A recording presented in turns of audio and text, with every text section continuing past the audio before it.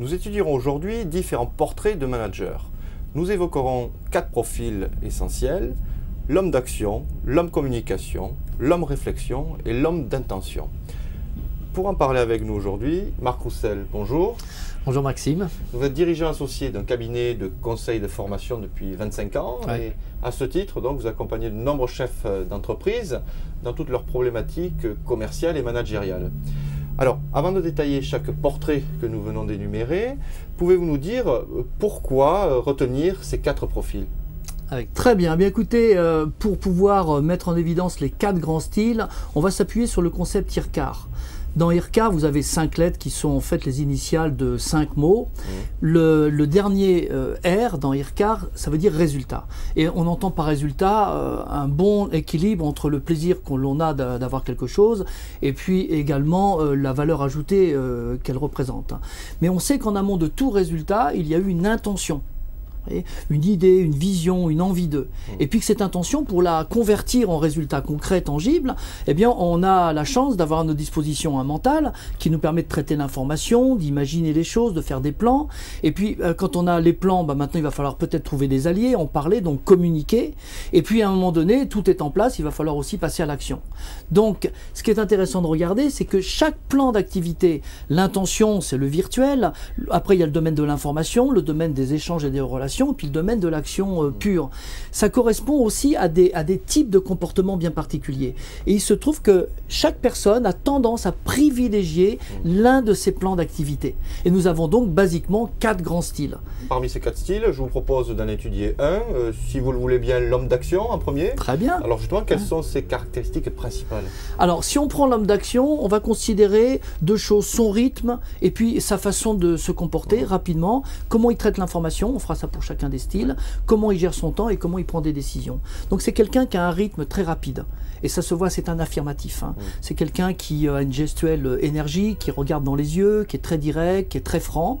Et quand il a besoin d'informations, c'est une personne qui est très synthétique et il veut des faits concrets. Donc il ne faut pas tourner autour du pot avec lui. Voyez. Donc en matière de décision, en matière de gestion du temps, il ne tourne pas autour du pot, il va droit au but. Donc toute la partie relationnelle, prendre son temps, etc., c'est pas son truc. Si vous voulez l'embêter, arrivez avec des croissants le matin et le bouquin des vacances. Ça, vous allez le voir tout de suite se fermer.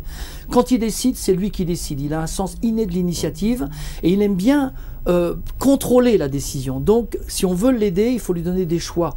Si on lui donne des choix intelligents, vous allez lui faire gagner du temps et vous allez vous-même gagner du temps. Donc ça, c'est pour l'homme d'action. Maintenant, les caractéristiques de l'homme de communication. Alors, on pourrait faire la même chose, mais à l'envers. Le contraire. Voilà un homme qui est plutôt calme et posé dans la plupart des situations, qui parle lentement, qui est plus à l'écoute, qui vous laisse parler, etc. Et au contraire de l'homme d'action, c'est quelqu'un qui va être centré sur la relation. Donc, une personne qui va poser des questions, écouter la notion d'équipe, il n'aime pas trop les tensions, il n'aime pas trop les conflits. Au niveau de la gestion du temps, c'est une personne qui a des rituels qui sont très longs. Avant de rentrer dans le vif du sujet, il a besoin de se mettre à l'aise avec les gens.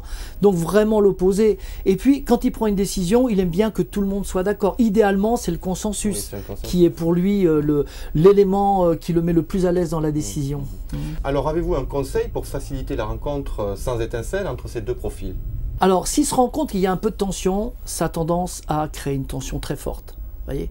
Donc, quand l'homme d'action est un petit peu stressé, lui devient encore plus pilote, il devient encore plus directif, donc il devient autoritaire. Et notre homme de communication, lui, a tendance à dire oui quand il pense non, à se retirer, à éviter. Donc, en fait, qu'est-ce qui se passe? C'est que ça renforce encore la distance. Donc, ça augmente la tension et parfois, ça crée de véritables ruptures de communication. Nous avons évoqué un 3e portrait ou un 3e profil qui est l'homme réflexion. Alors pouvez-vous nous en dire un peu plus? Qu'est-ce qui le caractérise? Eh bien, si on veut le comparer aux autres, D'abord, c'est quelqu'un qui est plutôt, donne l'impression d'être plutôt calme et posé. Donc il parle lentement, il prend son temps. Voyez-vous, c'est plutôt cette lenteur qui le caractérise. Alors c'est pas lenteur d'esprit, hein, c'est lenteur dans le traitement de l'information, dans le traitement de l'action, etc. Et puis c'est quelqu'un qui est très centré sur les faits, très analytique. Donc quand il s'informe, il a besoin de beaucoup d'informations, de beaucoup de détails. Alors évidemment, lui, c'est parce qu'il veut pas commettre d'erreurs et il veut vraiment creuser le sujet sur le plan factuel. On comprend que ça peut énerver certains, mais quand il fait ça, il est sûr de lui, il commet très peu d'erreurs. Et il aime bien aussi comparer, il ne va jamais s'informer à une seule source. Donc c'est la personne qui achète une voiture, par exemple, qui va voir 5 concessionnaires, qui étudie tous les journaux, qui va au salon de l'auto à Paris, donc qui anticipe énormément, qui planifie énormément à l'avance. Voilà, le goût de bien faire. On va dire. Exactement. Le 4e profil dernier est l'homme d'intention. Alors là aussi, toujours pareil, quelles sont ses forces et ses faiblesses? Lui, on dit aussi c'est l'intuitif. C'est quelqu'un qui a plein d'idées, qui est très novateur. C'est une personne qui est toujours en activité, toujours en effervescence. C'est une personne qui fait aussi les choses au dernier moment. Il adore l'improvisation. Il travaille très souvent dans l'urgence. Vous voyez, je fais un petit peu son style. Voilà. Et donc, que se passe-t-il si ces deux profils se rencontrent? Alors s'ils ne se connaissent pas et qu'il n'y a pas eu une préparation psychologique en général, bah, ça fait un effet de tension très très fort entre les deux, quoi. La personne d'intention, elle va devenir agressive.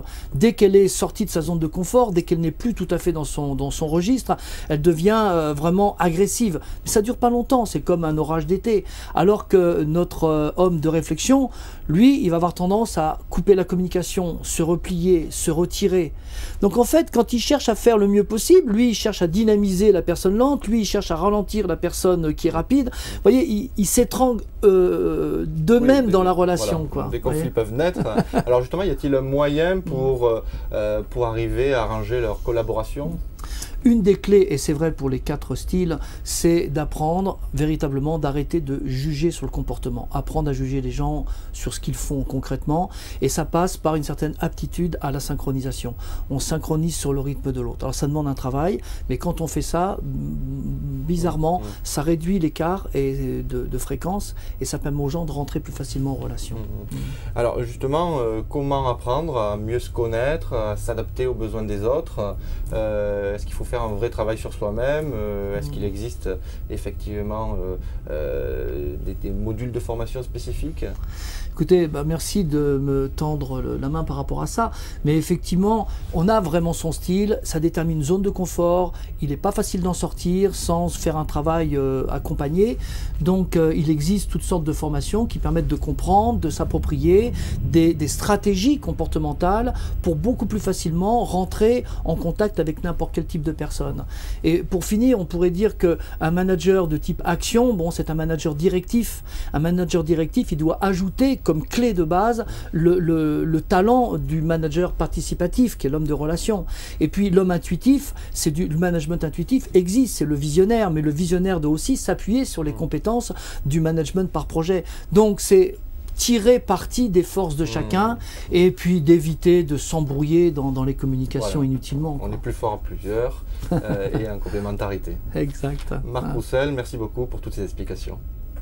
C'est moi.